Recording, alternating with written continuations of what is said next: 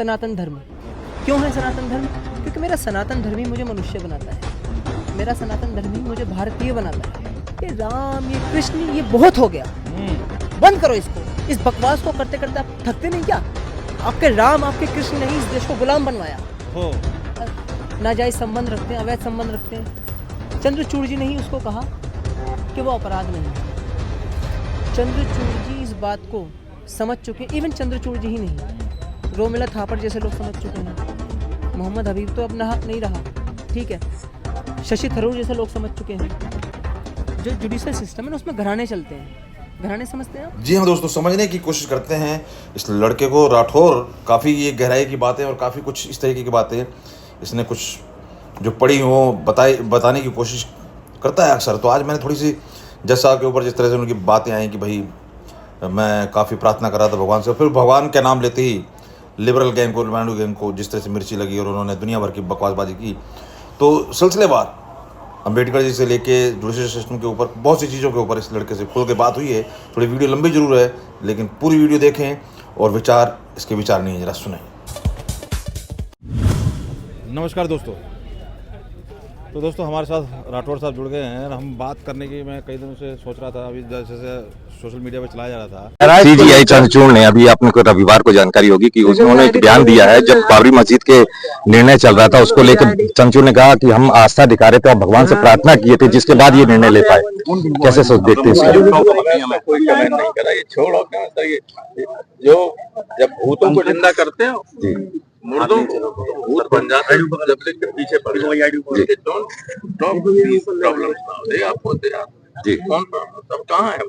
और तो आपकी बाबरी मस्जिद और ये मंदिर दिख नहीं सर, रविवार की बात है, सीजीआई का बयान आया। तो जो चूतिए तमाम इसी तरह की बातें कहते रहते हैं। बात आई कि भाई वो राम मंदिर का फैसला आने से पहले वो काफ़ी भगवान से प्रार्थना कर रहे थे। सारी रात उन्होंने प्रार्थना की, इस तरीके की बात की। और उसके बाद जो ये गैंग है वो बौखलाने लगा। और आपको याद हो तो गणेश जी की जो पूजा वगैरह में मोदी जी के साथ वो दिखे थे, उसके ऊपर भी वो काफ़ी बौखलाए थे। तो राठौर जी समझने की कोशिश। सर, सबसे पहली बात तो ये है कि आपने जो शुरुआत की थी, आपने मुझे बताया था कि जो चंद्रचूड़ हैं, ठीक है, उन्होंने ये कहा कि राम मंदिर का फैसले से पहले मैंने जो भगवान राम से प्रार्थना की, सारी रात जो भी, ठीक है। इस तरह की बात सोशल मीडिया पे चलाई जा रही है। और ये है, मैं नहीं जानता उन्होंने क्या कहा क्या नहीं कहा। अभी जब तिरुपति का मामला आया था तो सुप्रीम कोर्ट से ही हमने न्यूज़पेपर में ये लाइंस लिखी हुई देखी थी कि जो धर्म है उसमें राजनीति में धर्म मत मिलाओ। ये किसने बोला था? कोर्ट से आया था, सुप्रीम कोर्ट से ही आया था। देखिए, बड़ी साधारण सी बात है इसके अंदर। जो लोग ये मानते हैं कि हम प्रोग्रेसिव हैं या हम लिबरल्स हैं या वो प्रोग्रेसिविज्म में, लिबरलिज्म में, सेक्युलरिज्म में विश्वास रखते हैं, वो क्यों विश्वास रखते हैं इन सब बातों में? क्योंकि यही उनकी आइडेंटिटी है। आइडेंटिटी मतलब पहचान। देखिए, हमारी आइडेंटिटी किससे होती है?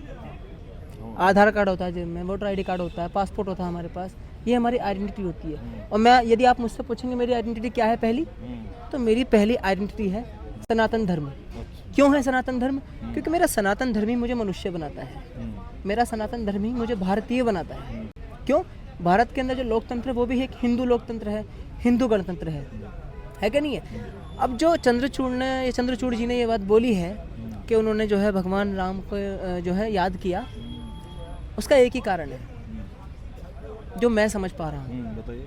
मैं अल्प ज्ञानी हो सकता हूँ, मैं इतना कोई ज्ञानी नहीं हूँ, मैं एक सामान्य सा लड़का हूँ, पढ़ने वाला स्टूडेंट हूँ।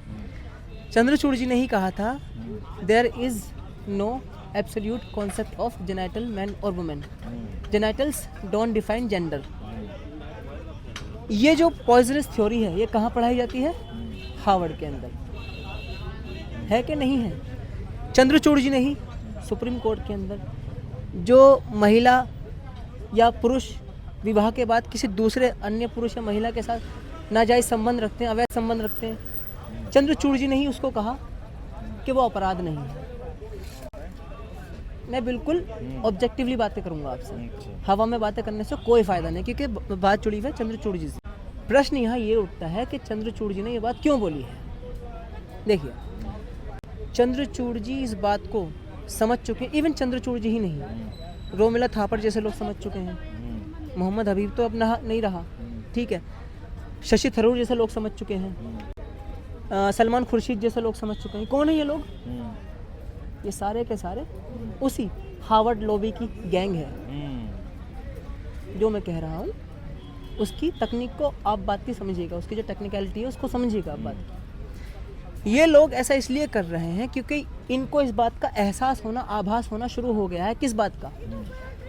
कि भारत के जिन लोगों के अंदर हमने एक पॉइजन घुसाया था। कौन सा poison? Progressivism, modernism, wokeism, liberalism, secularism. ये जो टेररिज्म का एक फॉर्म है, अलग अलग टेररिज्म, ये फॉर्म है टेररिज्म के अलग अलग, ठीक है। अब टेररिज्म के यही फॉर्म है। ये घुसाया गया था लोगों के दिमाग में आइडेंटिटी बनाकर। मान लो मैं एक स्टूडेंट हूँ, मैं दिल्ली यूनिवर्सिटी का स्टूडेंट हूँ, वहाँ पढ़ता हूँ, तो स्कूल से ही मेरे दिमाग में ये बात डालनी शुरू कर दी जाती है। कौन सी बात? नेहरू जी तो स्टेट्समैन थे। नेहरू जी एक विश्व के राजनेता थे। उन्होंने नॉन अलाइन मूवमेंट चलाया, गुट निरपेक्ष आंदोलन चलाया। क्यों? क्योंकि उनको ये साबित करना था कि वो बहुत बड़े प्रोग्रेसिव हैं। अब अगर देश का प्रधानमंत्री ही खुद को बहुत बड़ा प्रोग्रेसिव बोलेगा तो देश की जनता अपने आप को मॉडर्न दिखाने के लिए, हायरली इंटेलेक्चुअल दिखाने के लिए, है कि नहीं है, अपने आप को उन शब्दों से जोड़ेगी। और उस ज़माने में हो क्या रहा था? नेहरू जी के ऊपर एक किताब है, या कह लीजिए उनका उस किताब के अंदर जिक्र है, उनका रेफरेंस है। क्या है किताब का नाम? The meaning of India. Raja Rao ji ने किताब लिखी है, मेरी तरफ देखिए, राजा राव जी ने पुस्तक लिखी है। उस पुस्तक में राजा राव जी बिल्कुल स्पष्ट करते हैं। जर्मनी में या यूरोप के किसी एक देश में रहते थे, वहाँ मिले थे वो नेहरू जी से। उन्होंने कहा हमें हमारे देश को विश्व शक्ति बनाने के लिए हमारी जो हिंदू संस्कृति है, हिंदू सभ्यता है, उसी को रिवाइव करना पड़ेगा, जो मुसलमानों ने और ईसाइयों ने ख़त्म कर दी है। लगभग, पूरी तरह तो नहीं कर पाए लेकिन लगभग ख़त्म कर दी है। तो नेहरू जी क्या बोलते हैं उस पर? क्या बोलते हैं? ये राम, ये कृष्ण, ये बहुत हो गया, बंद करो इसको। इस बकवास को करते करते आप थकते नहीं क्या? आपके राम, आपके कृष्ण ने ही इस देश को गुलाम बनवाया। ये कौन बोल रहा है? नेहरू जी बोल रहे हैं। नेहरू जी। आपके हिसाब से? मेरे हिसाब से नहीं, मैंने किताब का नाम, जो भी है, मतलब आपने पढ़ा है, द मीनिंग ऑफ इंडिया किताब का नाम है, लिखने वाले हैं राजा राव जी, ठीक है। हाँ, अपनी खुद की किताब में। अच्छा, लेकिन मेरा जो चीज पूछने का कारण था, आपको मानसिकता समझा रहा हूँ। आप मुझे पता है आप जजों पर आएंगे। नहीं, उनके सब बौखला चुके हैं। इनके ऊपर मुझे बात जाननी, जो ये सारे बौखलाए हैं। जिस तरीके से चंद्रचूड़ साहब को बोला जाता था कि इन्होंने संविधान संभाल रखा है, मोदी सरकार बहुत कर रही है, और ये सब, मतलब क्या कहते थे उसको, जो उसका ध्रुव की वीडियो आई थी, क्या कह रहा था, सब संविधान खतरे में, क्या क्या डेमोक्रेसी बर्बाद कन्वर्टेड इनटू डिक्टेटरशिप में। हाँ, तो वो सारी चीजें कहने वाले अब इस बात के ऊपर बौखला रहे हैं। उसके ऊपर मुझे बात करनी है कि इनको क्या जवाब दिया जाए, क्यों बौखला रहे हैं भैया? जब अब तुम्हारे जज अगर ऐसा करे तो ठीक, वैसे करे तो गलत। इसको मैं हिपोक्रेसी नहीं कहूँगा, इसको कहूँगा मैं डर। डर किस बात का डर? इन्होंने जो टेररिज्म फैला रखा था, चाहे वो स्वरा भास्कर हो, करीना कपूर हो, लिखती है ना वो all eyes on Rafah, Islamic आतंकवादियों के समर्थन में लिखती है ना, बिल्कुल लिखती है। चाहे वो शाहरुख खान हो, लिखते हैं ना, चाहे वो आमिर खान हो। मेरी पत्नी कहती है किरण कि वो भारत में सेफ फील नहीं कर रही। ये सब एक ही गैंग के लोग, सब एक ही चट्टे बट्टे। और ये मैं बता दूं आपसे, इतना तो मैं भी वो जज कर लेता हूँ, या मैं क्या कहूँगा, इतना मुझे भी समझ में आता है कि ये लोग ना, ये लोग जैसे ही सत्ता परिवर्तन होगी, जैसे ही शासन परिवर्तन होगा, तो ये किसी के सगे नहीं है। ये अंग्रेजों की भी जय जयकार करेंगे, मुस्लिमों की भी, मुगलों की भी, और हिंदुओं की भी। अरे नहीं, बस पावर नहीं देख रहे किसी में, पावर देखते ही बदल जाएंगे। मेरे को ही लगता है। हाँ, आपको ये लग सकता है। क्यों आपको ये इसलिए लग सकता है क्योंकि आप शायद इनकी जो मानसिकता है उसको पूरी तरह से पकड़ने में अभी तक नहीं, सक्षमता की बात नहीं है। आप ऐसा मत बोलिए सक्षम नहीं है, आप उसकी तरफ आपका उतना ध्यान नहीं है अभी। क्योंकि आप जो है सिर्फ 2 रोटी कमाना, अपने घर परिवार को पालना, आपके लिए महत्व अभी उसी चीज़ का है केवल। उस चीज़ का महत्व तब खत्म होगा आपके लिए जब आपको ये दिखेगा साफ साफ कि अब मेरी रोटी भी छिन रही है। ये लोग जो कर रहे हैं, ये क्यों कर रहे हैं ऐसा? क्योंकि ये बात कहने की ताकत इनको गांधी और नेहरू दे के गए हैं। क्यों मैं इस बात को क्यों कह रहा हूँ आपसे? मैं बार बार इसी बात पर फोकस क्यों कर रहा हूँ? एक बात बताइए, पूरी दुनिया में इस बात को जाना जाता है कि इस्लाम के अंदर निकाह हलाला है। इस्लाम के अंदर बलात्कार का एक अलग ही कॉन्सेप्ट है। क्या कॉन्सेप्ट है बलात्कार का इस्लाम में? मैं मानसिकता समझाने के लिए बोल रहा मैंने हूँ। सुना था अभी यहीं, आप जैसे ही कोई प्रवक्ता कहीं बोल रहे थे कि 10 सेकंड में इनको कबूल विवाह होता है और 5 सेकंड में इनका तलाक होता है। मुझे ये तो हलाला है क्या? वही कि भाई अब इनके में धर्म में कि दूसरी अगर शादी जिससे छूट गई है दोबारा शादी करनी है तो आपको किसी अदर के साथ दूसरे व्यक्ति के साथ शारीरिक संबंध बनाने पड़ेंगे, सोना पड़ेगा उसके साथ। हाँ, पूरी रात है क्या? पूरी रात नहीं, जब तक उसका मन नहीं भर जाता। क्योंकि अच्छा, तलाक ये। क्या है? तलाक क्या है? तलाक सॉरी, जो बलात्कार क्या है वो क्या है इस्लाम के हिसाब से? जिस महिला के साथ जो मुस्लिम महिला जबरदस्ती, है, हाँ। सुनिए, जो बलात्कार हुआ है, सुन मेरी पूरी बात हाँ, सुन रहा हूँ समझिए, मैं, तभी आप बॉलीवुड की या जो चंद्रचूड़ वाली लॉबी है उनकी मानसिकता को समझ पाएंगे। क्या है? इस्लाम के अकॉर्डिंग बता रहा हूँ, ठीक है? हमारा जो भारत का मुस्लिम पर्सनल लॉ है उसी के अंदर लिखी हुई है बात। क्या लिखी हुई है? यदि, और ये बात कुरान के अंदर भी है, यदि किसी मुस्लिम महिला के साथ बलात्कार हो जाता है तो उसको 4 पुरुष गवाह लाने होंगे। अच्छा, क्या किस बात को साबित करने के लिए? कि उन 4 पुरुषों ने महिला के साथ बलात्कार होते हुए देखा है। अच्छा। अब आप मुझे बताइए, कोई महिला के साथ बलात्कार होते हुए देखेगा या किसी महिला के साथ बलात्कार हो रहा हो तो महिला बुला के लाएगी? और यदि महिला साबित नहीं कर पाती है तो वो क्या कहेंगे उसको जिस महिला के साथ बलात्कार हुआ है? क्या कहेंगे? बदचलन है। ओके। उस महिला ने उसके साथ नाजायज संबंध बनाए हैं पुरुष के साथ और उसको चौराहे पे खड़ा पत्थर करके बनवाने वाले। पत्थरों से तब तक मारा जाएगा जब तक वो मर नहीं जाएगी। ये इस्लाम का कॉन्सेप्ट है। का बॉलीवुड में कोई इस पे बात करता है क्या? सुप्रीम कोर्ट में कोई इस पे बात करता है? नहीं, ये चीज तो रही है, मानसिकता जो रही है, जैसे हवस का पुजारी और इस तरीके हिंदू धर्मों हवस का का नहीं गलत। हिंदू सुनिए मेरी। अच्छा, ये अलग ये- कंसेप्ट, अलग बात ये लाइन है- चली। ये नहीं, है ये हिंदू इमाम हवस। हाँ नहीं, मतलब जो ये बॉलीवुड का कंसेप्ट रहा है, ये इन्होंने है हिंदू को जैसे अब टारगेट सुनिए, किया है, सुनिए, सनातन धर्म को जो जैसे टारगेट किया है, मैं जाकिर उसकी बात कर जो जाकिर नायक है, जो पाकिस्तान में बैठकर ही बोल रहा है, हूँ। जो महिला विवाह नहीं करेगी हाँ। वो महिला क्या है? बाजारू है, पब्लिक प्रॉपर्टी है। ये कौन सी मानसिकता है? ये मानसिकता है इमाम हवस। जो औरत टीवी में है, उसने मेकअप किया हुआ है, हाँ, यदि हाँ। उसको देखकर आपके मन में वो वाली डिजायर पैदा नहीं नहीं होती हुआ। है तो आपके अंदर कुछ कमी है, आपको जाकर डॉक्टर को दिखाना चाहिए। और मजे की बात पता है क्या? महिला के सामने ही बैठ के ये बात बोल रहा है वो महिला कितनी बड़ी मूर्ख है, वो कितनी गुलामी वाली मानसिकता में जी रही है कि वो उसको काउंटर भी नहीं कर पा रही है। इससे पता लगता है महिलाओं की क्या स्थिति है पाकिस्तान के अंदर। पाकिस्तान भी क्या, इस्लामिक देशों में। कल सना खान का सुना इंटरव्यू आया था कल, नहीं, मैंने नहीं सुना। उसने बोला इतनी नफरत फैल चुकी है, ऐसा हो गया है, ऐसा हो गया है, और मुझे भी कमेंट किया जाता है उल्टे सीधे। सुनिए, ये इस तरीके की सोच ये क्यों सच है, इनकी? ये सच है। इनको सच से डर लग रहा है। सच का सामना नहीं कर पा रहे हैं। अंबेडकर जी वाला सच है ये। अंबेडकर जी कहते थे ना कि जिस देश में इस्लाम का शासन नहीं, उस देश से जो सच्चा मुसलमान होगा, 5 वक्त का नमाजी, कभी वफादारी नहीं कर सकता। ओहो, हाँ, पाकिस्तान और the partition of India, Ambedkar ji की किताब है, उसमें लिखा हुआ है ये। वैसे अंबेडकर जी इनडायरेक्टली पाकिस्तान के समर्थन में ही थे। वो पाकिस्तान बनना देना चाहते थे। अम्बेडकर जी। हाँ, अच्छा। वो समर्थन में थे। संविधान यहाँ का बना रहे थे और पाकिस्तान। वो उनकी एक अलग आइडियोलॉजी थी, उस पर अच्छा। कभी फिर बात करेंगे। अच्छा, वो अच्छा। ऐसा क्यों बोल रहे थे, उनका एक अंधा ही तर्क था अच्छा। अंबेडकर जी का। लेकिन वो यहाँ पे इस सच को भी कबूल कर रहे हैं। कुछ प्रकाश डालो, कौन सा तर्क था, थोड़ा अगर छोटे शॉर्ट में कुछ, क्योंकि हमारे जो व्यूअर देख रहे हैं। अंबेडकर जी के, क्योंकि अंबेडकर जी ने सनातन धर्म को समझा नहीं था। अच्छा। उन्होंने सनातन धर्म की जो पुस्तकें पढ़ी थी वो पुस्तकें पढ़ी थी जो अंग्रेजों ने ट्रांसलेट की थी अंग्रेजी में, अच्छा। क्योंकि संस्कृत उनको आती नहीं थी। ओके। ये बात उन्होंने खुद एक्सेप्ट की अपनी बुक हुवर शूद्राज में। अंबेडकर जी की तो किताब है हुवर शूद्राज, उसमें उन्होंने इस बात को एक्सेप्ट किया है कि मुझे संस्कृत नहीं आती है। ठीक है, तो उनके अंदर जैसे जो विकास दिव्य कीर्ति है, कौन है विकास दिव्य कीर्ति? यूपीएससी एस्पिरेंट की तैयारी करवाता है। ठीक है, जैसे उसमें सनातन धर्म को लेकर नफरत है, हीन भावना है। हाँ, उसने सीता और बोला था। ठीक है, तो अंबेडकर जी में भी वही, और मैं मानता हूँ उनके अंदर ये भावना लॉजिकली थोड़ी उस जमाने के हिसाब से ठीक है। क्यों? क्योंकि उस जमाने में उनके साथ लोगों ने बड़ा अत्याचार भी किया अंबेडकर जी के साथ। लेकिन अंबेडकर जी की जो पढ़ाई का खर्चा उठाया, शायद उनका जो बड़ौदा के महाराज थे, मैं उनका नाम भूल रहा हूँ, शायद जी गाडकवा ऐसा कुछ नाम था उनका, और जो उनके जो ब्राह्मण टीचर थे जिन्होंने उनको अंबेडकर नाम दिया, अंबेडकर जी ने उनके बारे में कभी कोई चर्चा नहीं की। क्या कारण लगता है? अब हो सकता है उनका पूर्वाग्रह हो, किसी प्रकार का भी कुछ भी पूर्वाग्रह हो सकता है उनका। क्योंकि देखिए, जब इंसान किसी चीज़ के प्रति हीन भावना अपने मन में ले आता है ना, तो वो कुछ चीज़ों को लेके अच्छाइयाँ भी नहीं एड्रेस कर पाता है।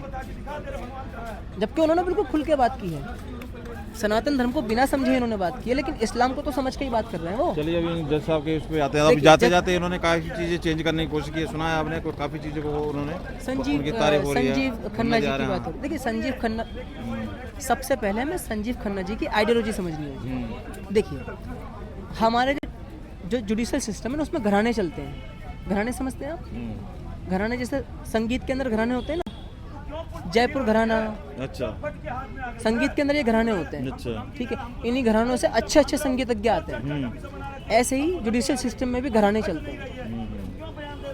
यहाँ पे अच्छे बुरे का मतलब नहीं है, यहाँ पे बस जिस आइडियोलॉजी का बंदा हार्वर्ड को पसंद होगा या कैम्ब्रिज को पसंद होगा या ऑक्सफोर्ड को पसंद होगा, उसी घराने से बंदा आएगा जुडिशियल सिस्टम के अंदर। अभी पहले हमें जस्टिस जो खन्ना जी आ रहे हैं, उनकी आइडियोलॉजी को ठीक से समझना होगा। तो अभी तो यदि वो सनातन को समझते हैं तो आपको ये बात उनके आर्टिकल्स में मिल जाएगी, जब वो अब आर्टिकल्स वगैरह लिखेंगे या वर्डिक्ट वगैरह देंगे। ऑब्वियस सी बात है, जब ठीक है, उनकी मंशा नजर आएगी कुछ ना किसी। सनातन धर्म के अंदर जो विज्ञान है उसको समझने की आवश्यकता है। और उन्होंने जो ये बात बोली है कि जो प्रोसीडिंग्स होती हैं सुप्रीम कोर्ट की, उनको लाइव होना चाहिए, वो तो लॉजिकल बात है। अगर ये प्रोसीडिंग्स थोड़ी बहुत भी लाइव नहीं हो रही होती, थोड़ी बहुत हो रही है अभी भी लाइव, जैसे नहीं हो रही होती, नहीं वो कह रहे अब हर एक के साथ होगी। जनता को कैसे पता लगता? वही उन्होंने चंद्रचूड़ ने जो कहा कुछ था, बातें आई कि भाई एक There is- केस के अंदर there is Kapil no- Sibal भी है, सिंघवी भी है, और उस केस के लिए रात को कोर्ट, मतलब बहुत सी चीजें ऐसी हैं जो पब्लिक को याकूब पता नहीं मेमन चलती। केस में कपिल सिब्बल से रात के 12 बजे कोर्ट खुलवाया उन्होंने। ये सारी चीजें पब्लिक के सामने आनी चाहिए और वो इस तरह की समझाइए चीजें, मुझे। हाँ। तो ये गेम मानसिकता का, कौन सी मानसिकता? जो नेहरू अपने दीमक छोड़ के चला गया है। नेहरू के दीमक हर जगह है, नेहरू के पाले हुए विषैले कीड़े या नेहरूवादी मानसिकता के। देखिए ये जो आइडेंटिटी क्राइसिस होता है ना, ये उसका मुद्दा है। सबके दिमाग, सब पूरी दुनिया में सबके सामने आइडेंटिटी क्राइसिस की प्रॉब्लम है। क्या है? जो लोग जो है मॉडर्निज्म की आइडियोलॉजी के हैं, या सेक्युलरिज्म की, या जो है प्रोग्रेसिविज्म की, उनकी आइडियोलॉजी खतरे में है। क्यों खतरे में है? क्योंकि अब लोग सनातन धर्म नाम का विज्ञान समझ रहे हैं, तो अपनी आइडियोलॉजी को बचाने के लिए कुछ भी करेंगे वो लोग। इस्लामिक आइडियोलॉजी खतरे में है, और जो हिंदू है उसकी पूरी की पूरी सिविलाइजेशन ही खतरे में है। क्यों खतरे में है? क्योंकि गजवाए हिंद प्रोजेक्ट चल रहा है मुसलमानों का, और ईसाइयों का चल रहा है जोशुआ प्रोजेक्ट। जब प्रोजेक्ट जोशुआ है वो ईसाइयों का चल रहा है, और एक प्रोजेक्ट चल रहा है ईसाइयों का, कौन सा? Edict of Thessalonica. ये क्या है? सनातन धर्म के त्योहार, फेस्टिवल, कस्टम्स, इन सब को क्या करो? डिमीन करो। तभी आपको मीडिया में बातें होती हुई दिखती होंगी कि दिवाली पर पटाखे नहीं फोड़ने चाहिए, होता हुआ दिखता है ना ये, लेकिन वो कभी बात नहीं करेंगे। क्रिसमस पे भी पटाखे फोड़े जाते हैं, जब मुख्यमंत्री बाहर आते हैं वो भी पटाखे फोड़ते हैं, वो कभी बात नहीं करेंगे। वो कभी बात नहीं करेंगे। ईद के ऊपर सबसे ज्यादा इन्वायरमेंट को इफेक्ट होता है एनिमल किलिंग से। ईद के ऊपर मुर्गे बकरे कटते, इतने कटते हैं कि वो बिजनेस बन गया है। अभी दलील दी जा रही है, तुम्हारा यूक्रेन रशिया का युद्ध देख लो, इजराइल का देख लो, इस पे किसी की नजर नहीं है। यहाँ बम फटने से पोल्यूशन हो रहा है, एनवायरमेंट खराब हो रहा है, उस पे तो बहुत सी चीजें हैं। सुनिए, उस पे इसलिए नजर नहीं है क्योंकि वो ईसाई मजहब और इस्लाम मजहब के बीच में लड़ाई हो रही है। वहां से तो पैसा आना है ना। अभी आपने सुना नहीं था जो न्यूज़ क्लिक का कांड पकड़ा गया था, पूरे वो चाइना से पैसा लेके जिंदा ये समझ में नहीं आता, ये सारी चीजें इतनी हैं और सेंटर में गवर्नमेंट है और सब कुछ है, तो इन चीजों के ऊपर लगाम लगे कैसे? अगर अब नहीं लगेगी तो कब लगेगी? अगर कल को, अब देखो वायनाड पहुंच गई प्रियंका गांधी, अब ये क्या है? मतलब ये सारी सोचने मजबूर करती है कि आखिर हो क्या रहा है भाई। ये तो वेट कर रहे हैं, अरे प्रभु मेरी बात ये तो वेट कर रहे हैं कि बस आज नहीं तो कल सत्ता चेंज होगी, जो ऑटोमेटिक होती है। ये जो आप कह रहे हैं कि अब नहीं होगा तो कब होगा? होगा? हाँ, अब बात को यहाँ से समझिए, इसको ऐसे समझिए। बताइए। 1950 में जो नेपाल के महाराज थे, विक्रम वीर शाह, जो नेपाल के महाराज थे, उन्होंने नेहरू से कहा था कि हम भारत के साथ मर्ज करना चाहते हैं, हमें भारत में मिलना है। नेहरू ने साफ मना कर दिया। क्या कहकर? हम बड़े प्रोग्रेसिव हैं, आप इंडिपेंडेंट ही रहिए। क्यों? क्योंकि नेहरू को पता था इससे हिंदू शक्ति बढ़ेगी। पहली बात, नेहरू ने ही कच्छतीवु आइलैंड श्रीलंका को गिफ्ट कर दिया। नेहरू ने ही तिब्बत चाइना के हाथों में जाने दिया। नेहरू, घास होते रही वहाँ पे। सुनिए, नेहरू ने ही कश्मीर को यूएन में ले जाके पटक दिया। अब यूएन उस पर खूब मोटा नोट कमा रहा है। ठीक है, तो ये इतनी भयानक भयानक समस्याएं जो नेहरू के द्वारा पैदा की गई हैं, इनको ख़त्म करने में सरकार को स्ट्रांगली डिसीजन लेने पड़ेंगे, वही तो जो कह रहे हैं सरकार ना। नहीं ले रही है। क्योंकि और तीसरे- इसके हाँ। लिए अगर सरकार स्ट्रांग डिसीजन लेगी भी ना, तब भी समय लगेगा। क्योंकि आप देखें ना, ये बर्बादी, भारत को बर्बाद करने में कम से कम 1000 साल तो लगे हैं, ये नहीं लगे हैं। नहीं ठीक है, अगर मान लो इसको कोई इस बीमारी भी बर्बादी होती है, की सुनो, शुरुआत करने कोई का सबसे बीमारी अच्छा भी एक ही होती तरीका है। तो उसको मान लो आप 20 साल की कोई बीमारी है, तो ये थोड़ी है कि 20 साल में ठीक होगी, 6 महीने, साल, 2 साल, 3 साल में 20 ठीक साल होनी में चाहिए ठीक ना। नहीं होगी, लेकिन इसका ये भी मतलब नहीं 20 मिनट में ठीक हो जाएगी वो। नहीं 20 मिनट दिन अब तीसरा टर्न है ना, अब देखो ना, अब इस बार तो मेजोरिटी फुल नहीं आई, तो लोग भी तो देखो एक होता है कि भाई आप जैसे वो- जैसे वो बोला जाता उनकी है ही कि- गलती है, जैसे जो बोला majority जाता नहीं है कि दामाद और जीजा जी और ये वो, भाई आप 15 साल करके अगर इन्हें अंदर नहीं डाल पाते हो और ये सारी चीज, ये इसका भी था हेराड वाला सिस्टम, तो जब सारी चीजें नहीं होती तो पब्लिक भी सोचती है ना कि यार उसका कारण कहने की बातें हैं, नहीं हो पा रही, उसका कारण है, तो वो ही तो कह रहा हूँ क्यों। उसका कारण है क्रिश्चियन लॉज इन कॉन्स्टिट्यूशन। तो फिर पब्लिक तो ये मान ले कि भैया होनी ही नहीं है, तो फिर क्यों चक्कर में ऐसा पड़ेगा? कैसे? नहीं तो यही तो बात अच्छा है एक बात बताइए, अगर यही बात रानी चेन्नम्मा मान ली थी कि आज़ादी नहीं मिलेगी, यही बात रानी रुद्रम्मा देवी मान लेती कि ये होना ही नहीं है आज़ादी, रानी लक्ष्मीबाई मान लेती कि आज़ादी मिलनी ही नहीं है, मेरी बात सुनिएगा, आज तो कुछ भी आतंक नहीं है, जिस टाइम पे ईसाइयों ने आतंक बचा कर रखा हुआ था पूरी दुनिया के अंदर,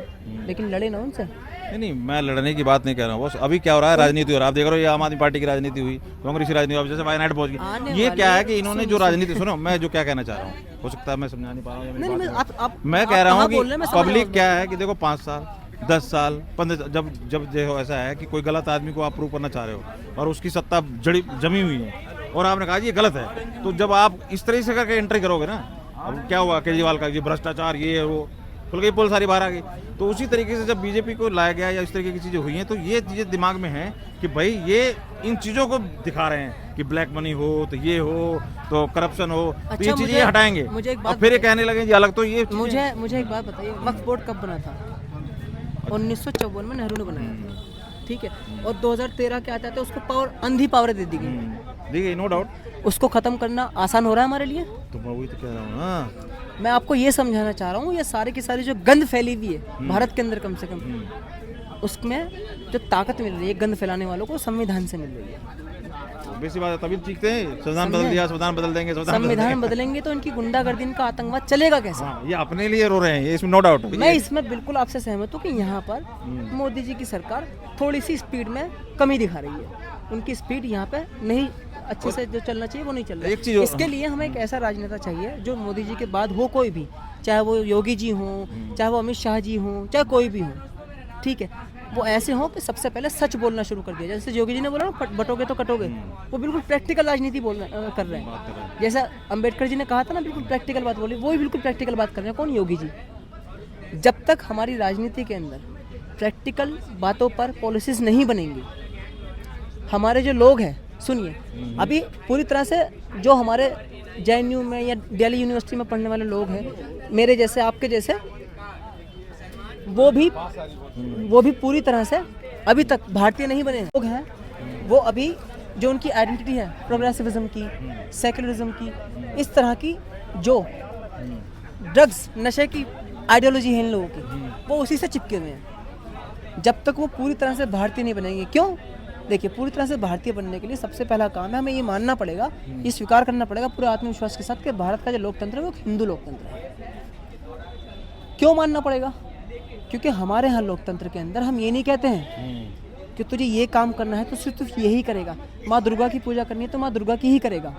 हमारे यहाँ घर में ऐसे भी लोग होते हैं जो भगवान को पूजते ही नहीं है, पूछते नहीं है, पीर फकीर पे जाते हैं, सब जगह माथा टेकते हैं, कुछ ठीक भी नहीं है, है तो कहीं, हाँ। यही हमारे यहाँ का, भले ही इसमें गलत है ये, ठीक है, हाँ, मतलब भगवान का अपमान नहीं होना चाहिए, लेकिन ये तभी होगा जब हमारे देश में हमारा खुद का लोकतंत्र आएगा। ये तो ईसाई लोकतंत्र है हमारे देश में। तो कैसे होगा, कब होगा, ये आप ये बताओ ना, हमारे टाइम में होगा कि हमारे पोतों के टाइम में होगा? आज़ादी जिन लोगों ने दिलवाई, उन्होंने आज़ादी नहीं देखी। हाँ। उन्होंने कहा था हमारे जो बच्चे होंगे, उनके जो बच्चे होंगे, हम दिलवाएंगे आज़ादी, देखेंगे वो। हमें और आपको अभी से आवाज़ उठानी पड़ेगी, तब जाके कहीं हमारे पोते पड़पोते देख पाएंगे। तो आवाज़ का मतलब तो यही है ना दोस्त कि लोग वोट करते हैं, फुल मेजोरिटी में आके वोट करते हैं और लोग बात मानते हैं इस चीज़ को कि हाँ हिंदुओं के साथ मतलब एक होना चाहिए देश ऐसा जहाँ पे हिंदू सुरक्षित हो, तो ये सब चीज़ों में वोट होता है। और पब्लिक क्या करेगी? देखो, मारने काटने वाली बात तो एक दो की तो बात कह नहीं सकते, लेकिन ये तो पॉसिबल है ही नहीं। ना कोई पूरे हिंदुओं को मार सकता है, ना पूरा कोई मुसलमान को मार सकता है। तो ये तो लॉजिकल किसी भी चीज से नहीं है। नहीं देखिए सुनिए, तो ये वोट का ही एक अधिकार है, उसी से सारी चीज होनी चाहिए। तो और कैसे करे पब्लिक? गलत, आप यहाँ थोड़े से गलत बोल रहे हैं। क्यों पता है, हमारा अधिकार सिर्फ वोट का नहीं है, नहीं मतलब वोट तो हमारा मूलभूत अधिकार है। मतलब सरकार से ही तो चेंज होगा ना सारी चीजें। सिर्फ सरकार से चेंज कुछ भी नहीं होगा। हाँ, तो वो सारी बताओ। चीजें छोड़िए, कुछ भी नहीं होगा सरकार से। अच्छा। सरकार अपने दम पर कुछ भी नहीं कर सकती है। ओके। हमें सबसे पहले हमारे अंदर जो कायरता है ना, किस बात की कायरता, मैं बचपन से एक बड़ा घटिया झूठ सुनता हुआ आ रहा हूँ। कौन सा झूठ? हिंदू मुस्लिम ईसाई आपस में भाई भाई। ये झूठ किसने दिया? गांधी ने दिया। हमें पहले अपने मन के अंदर अंतरात्मा को इस आत्मविश्वास में लेना पड़ेगा, नहीं, हिंदू मुस्लिम ईसाई are not the same religion. हमें इस बात को मानना पड़ेगा, स्वीकार करना पड़ेगा अपनी अंतरात्मा से कि हम एक नहीं है, ना हो सकते, ना कभी थे। पूरी दुनिया का इतिहास उठा के देख लीजिए, मुसलमान जहाँ जहाँ भी रह रहे हैं सिर्फ आतंक फैला रहे हैं। चाहे पहले अमेरिका को देख लीजिए, चाहे स्वीडन को देख लीजिए, पोलैंड को देख लीजिए, किसी भी जगह को देख लीजिए, चाहे बांग्लादेश को देख लीजिए। बांग्लादेश में आग लगी हुई है, ये इस्लाम ही है वहाँ पर जो आग लगा रहा है। तो हमें सबसे पहले अपने अंदर जो कायरता है ना, हमारे अंदर जो लत पड़ी हुई, जैसे किसी को बीड़ी की, सिगरेट की, शराब की लत होती है ना, वैसे ही हमें लत पड़ चुकी है। किस चीज़ की? सेक्युलरिज्म की लत पड़ गई। जो सेक्युलरिज्म है उसकी लत पड़ गई है, मॉडर्निज्म की लत पड़ गई है। हमें सबसे पहले एक व्यवहारिक व्यक्ति बनना पड़ेगा, व्यवहारिक मनुष्य बनना पड़ेगा। हमें सबसे पहले एक लॉजिकल, रैशनल, तार्किक हिंदू बनना पड़ेगा। सरकार बीजेपी की चुननी पड़ेगी? नहीं, सरकार वो चुननी पड़ेगी जो सनातन धर्म की बात करे। सरकार वो चुननी पड़ेगी जो सनातन लोकतंत्र की बात करती है। सनातन तो जनेऊधारी बन रहे हैं और सब कुछ कर रहे हैं, जो भी मंदिर जा रहे हैं सारी बात कर रहे हैं, कोई नकली अयोध्या बना के कर रहा है। फिर आप गलत ट्रैक पे जा कैसे रहे हैं। हैं? फिर आप गलत ट्रैक पे जा रहे नहीं, हैं। मैं कह रहा हूँ कैसे अरे महाशय, मैं तो एक आम जो कॉमन मैन है, जो बेचारा कोई रेहड़ी पे भी काम कर रहा है, कोई दुकान पे भी काम कर रहा है, वोट देखो एक्चुअल में वोटर है वो, वोट का जो खेल है उन्हीं से चलता है। हम आप लोग तो टीवी में बैठ के देख के भी काम चला लेते हैं कि भाई क्या हुआ क्या नहीं हुआ। आप बात को समझ नहीं रहे हैं। मैं वो कह रहा हूँ किस तरह से सुधरेगा, उनको उस लेवल तक बात कैसे जाएगी? बचपन से लेके आज तक आपने भी फिल्में देखी होंगी, मैंने भी फिल्में देखी होंगी। अब आपने एक शब्द बोला था, हवस का पुजारी। लोगों के दिमागों में हीन भावना इतनी गहराई तक डाल दी गई है। हवस शब्द उर्दू का है, पुजारी शब्द संस्कृत से निकलकर हिंदी में आ गया है, क्या नहीं है? आप ये क्यों नहीं कह सकते थे इमाम हवस, जो भी है, काजी हवस, कारी हवस? मैं मान कहते जाने के तो हमारे कहने की क्या जरूरत है, ये कह रहा हूँ मैं पुजारी को कहने की क्या जरूरत है? मेरी पूरी बात सुनिए, मेरी पूरी बात सुनिए। मैं ये बात आपसे इसलिए कर रहा हूँ, ये जो गेम है ये इतना सरल नहीं है कि आप सोच रहे हैं इतनी सरलता से ये गेम खत्म हो जाएगा। उतना सरल गेम नहीं है। और आप कह रहे हैं जनेऊधारी, ये धारी, वो धारी, मैं उसकी बात ही नहीं कर रहा हूँ। इसीलिए बनने की कोशिश कर रहे हैं क्या, जो कहा जा रहा है कि भाई? अरे आप राहुल की बात कर रहे हैं, मैं जानता नहीं, हूँ। मैं ये कह रहा हूँ कि आप कह रहे हो कि जी वो हिंदू राष्ट्र की बात करने की, जो सनातन की बात करेगा उसी को हम चुने। तो मैं कह रहा हूँ ये फिर नकली बनने लग जाएंगे। एक सेकंड, ये कह रहा हूँ। कौन कह रहा है हम हिंदू राष्ट्र बनाएंगे?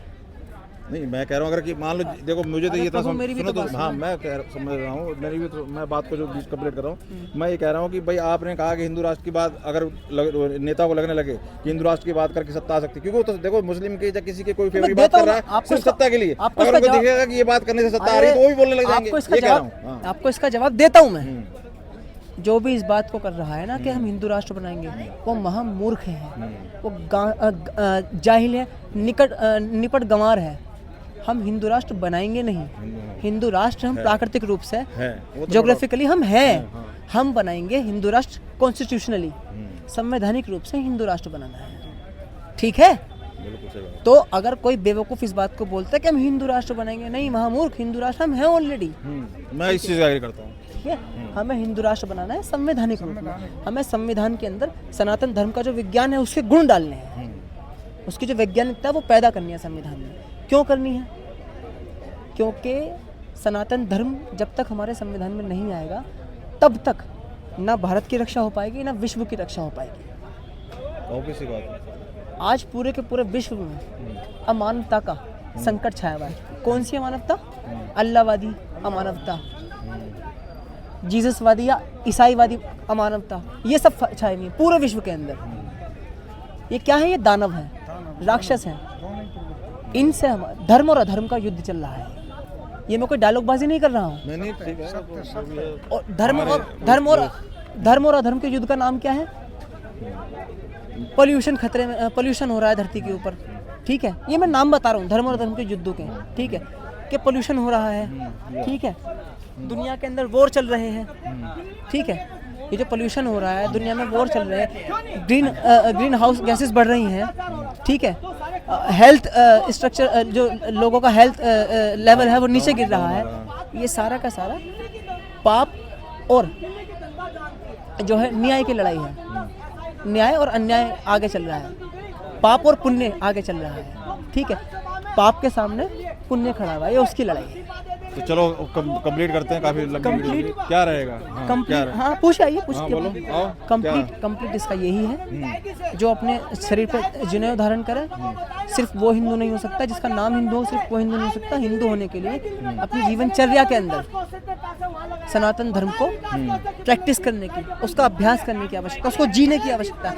मैं खाना खाता हूँ, सुनिए, मैं आपको समझाने के लिए बात बोल रहा हूँ कि हिंदू कौन होगा।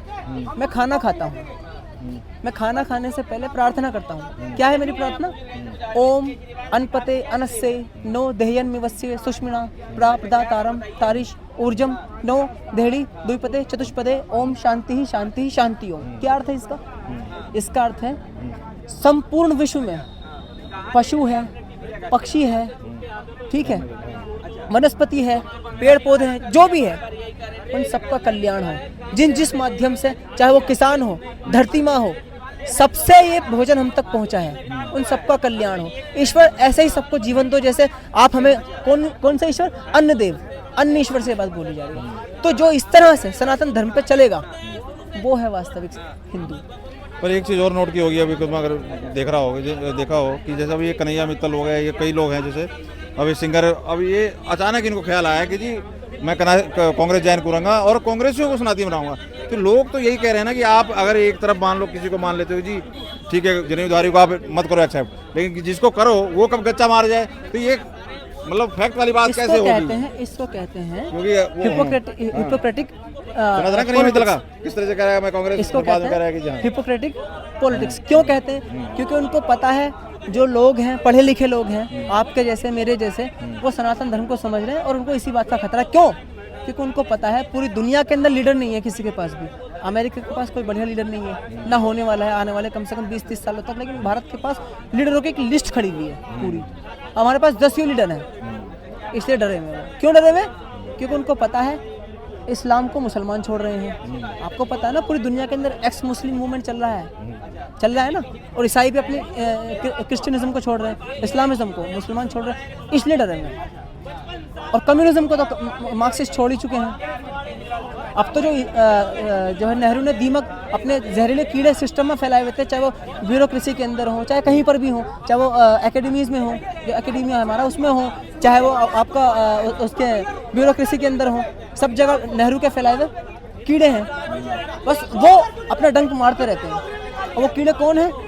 वो कीड़े हैं अवध ओझा जैसे लोग, दिव्य कीर्ति जैसे लोग, विकास दिव्य कीर्ति जैसे लोग। ये हीन भावना से ग्रसित लोग हैं। इनके लिए कहीं पे निगाह, कहीं पे निशाना होता है इनका। वैसे कई बार ये बात लॉजिकल करते हैं और उसी बीच में अपना डाल देते हैं इनका निशाना भी एक ही, निगाह भी एक है। वो क्या है? सनातन धर्म को खत्म करवाना, वो है इनका निशाना, वही इनकी निगाह है। भले ही उनका नाम विकास है, भले ही उसका नाम अवध ओझा है, आप उनके नाम से धोखा मत खाइए। अच्छा, दिमाग से सोच, वो अर्बन नक्सल्स हैं।